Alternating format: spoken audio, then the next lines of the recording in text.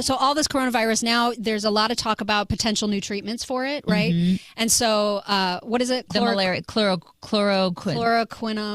Chloroquine and hydrochloroquine. So these are the two it's the main malaria drugs. drug. Yeah, the anti-malaria drugs. So there's been a lot of press around these being tested and tried and some effectiveness.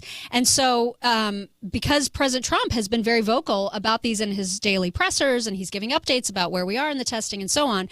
So those drugs are getting a lot of mention. And then there was the story about the 60-year-old couple in Arizona who decided that they found a bottle of fish tank cleaner that had the word chloroquine on it.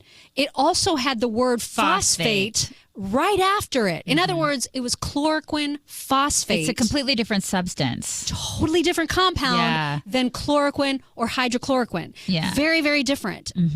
I feel like they should have maybe known that based on the fact that it was fish tank cleaner. Yeah. But I'm extending grace, right? I'm in an extending grace kind of mood right now. She's doing that today, just for this podcast. I'm doing that as much as I can. So they both ate it. The guy dies. The wife is in critical condition. You see a headline just before we started this podcast today about how she is blaming the president for miscommunicating. And then earlier today, we saw one from Axios. Axios is supposed to be a reputable media outlet. Supposed to be, yeah. Their headline about this story, and in fact, their entire story initially had nothing to do with fish tank cleaner, and it simply said President Trump has been promoting chloroquine phosphate, and so this couple took it, and now one of them's dead. Yeah, and he did no such thing. He's never promoted that. It was a completely different substance, and so that was an absolute complete lie. Total lie. And so they ended up having to take that headline down because people were calling him out, including